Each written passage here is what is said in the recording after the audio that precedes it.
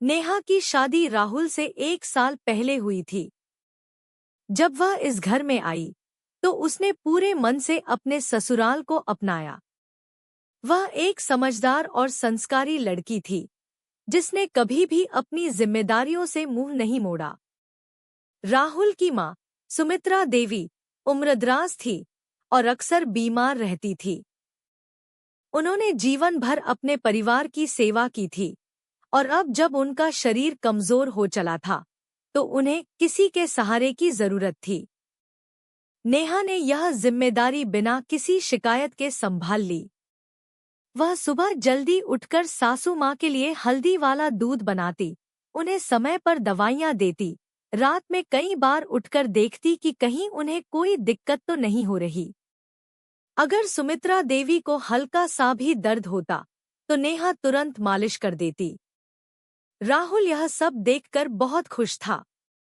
वह गर्व से अपने दोस्तों से कहता, मेरी पत्नी बहुत अच्छी है, माँ की बहुत सेवा करती है।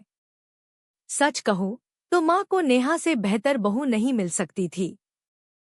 घर के सभी लोग नेहा की तारीफ करते नहीं थकते। सास ससुर, देवर ननद सब उसे आदर्श बहू मानते थे। कुछ महीनों बाद नेहा के मायके से एक बुरी खबर आई। उसकी माँ गीता देवी अचानक बहुत बीमार पड़ गई थी। वह अकेली रहती थी क्योंकि नेहा का भाई नौकरी के सिलसिले में दूसरे शहर में था। पड़ोसियों ने फोन करके बताया कि उनकी तबीयत बहुत खराब है और उन्हें अस्पताल ले जाना पड़ा है। नेहा का दिल धक से रह गया। उसने तुरंत राहुल से कहा, राहुल, माँ बहुत बीमार है। मैं कुछ दिनों के लिए मायके जाना चाहती हूँ ताकि उनकी देखभाल कर सकूं। राहुल का चेहरा तुरंत कठोर हो गया। उसने बिना कोई झिझक कहा, नेहा, तुम शादी के बाद इस घर की जिम्मेदारी हो। तुम्हारी माँ की देखभाल करने के लिए तुम्हारे भाई हैं। तुम्हें वहां जाने की जरूरत नहीं है। नेहा यह सुनकर हैरान रह गई। जब आपकी माँ बीमार थी तब मैंने बिना किसी सवाल के उनकी सेवा की। अब मेरी माँ बीमार है तो आपको क्यों परेशानी हो रही है? राहुल ने रूखे स्वर में जवाब दिया, देखो, ससुराल और मायका एक नहीं होते। लड़की शादी के बाद अपने मायके की जिम्मेदारी छोड़ देती है। नेहा की आंखों में आंसू आ गए। उसे यकीन नहीं हो रहा था कि जो इंसान उसकी सास की सेवा के लिए उसकी इतनी तारीफ करता था, वही अब उसकी माँ के लिए इतनी बेरुखी दिखा रहा था। नेहा ने धीरे से कहा, राहुल, जब मेरी माँ ने मुझे जन्म दिया था, पाला पोसा, तब तो उन्होंने नहीं कहा कि मैं सिर्फ उनकी बेटी हूँ और किसी और की नहीं।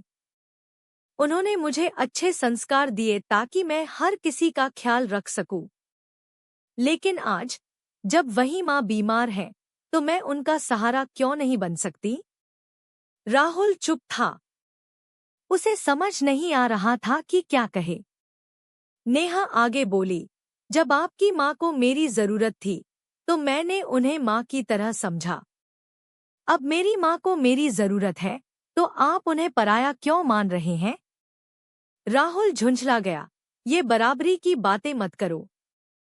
समाज में ऐसा ही होता आया है।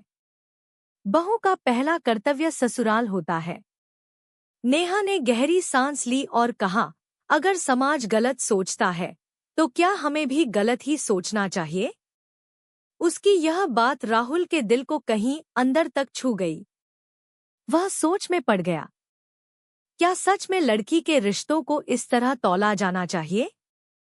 क्या सेवा का मूल्य इस बात पर निर्भर करता है कि वह किस रिश्ते के लिए की जा रही है? नेहा बिना किसी और तर्क के अपने मायके चली गई। उसने अपनी माँ की देखभाल की, उन्हें दवाइयाँ दीं, खाना खिलाया और जब तक उनकी तबीयत ठीक नहीं हुई वह वहीं रही। इधर राहुल को इस दौरान एहसास हुआ कि उसकी माँ के बिना भी घर ठीक से चल सकता है, लेकिन नेहा की माँ को उसकी जरूरत थी। उसने अपनी माँ से इस बारे में बात की और पहली बार सुमित्रा देवी ने कहा, बेटा, हम हमेशा यह सोचते रहे कि बहू हमारी सेवा करे, लेकिन हमने कभी यह नहीं सोचा कि उसकी माँ को भी उसकी उतनी ही जरूरत हो सकती है। अगर आज मेरी बेटी मेरी सेवा कर रही होती तो क्या मुझे अच्छा नहीं लगता? राहुल को अपनी गलती का एहसास हुआ। उसने बिना देर किए नेहा को फोन किया और कहा, नेहा, मैं गलत था। सेवा सिर्फ ससुराल तक सीमित नहीं होनी चाहिए। अगर माँ को बेटी का अधिकार मिल सकता है तो बेटी की माँ को भी वही अधिकार मिलना चाहिए। नेहा की माँ की तबीयत ठीक हो गई और वह वापस ससुराल आ गई। लेकिन इस बार माहौल अलग था। जब भी नेहा मायके जाने की बात करती, राहुल उसे खुशी खुशी भेजता। एक दिन जब पड़ोस की महिलाओं ने सुमित्रा देवी से पूछा, बहू इतनी बार मायके जाती है, आपको दिक्कत नहीं होती? सुमित्रा देवी मुस्कुराईं और बोली, अगर वह मेरी सेवा कर सकती है तो अपनी माँ की क्यों नहीं? आखिर सेवा का मूल्य बराबर होना चाहिए। नेहा ने संतोष भरी नजर से राहुल को देखा। वह जानती थी कि यह सिर्फ उसकी नहीं, बल्कि हर उस लड़की की जीत थी जिसे शादी के बाद अपने रिश्तों को निभाने का बराबर हक मिलना चाहिए।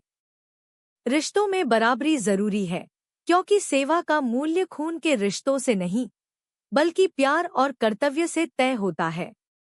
अगर आपको यह कहानी पसंद आई तो निमृत स्टोरीज को जरूर सब्सक्राइब करें और अपनी राय कमेंट में दें।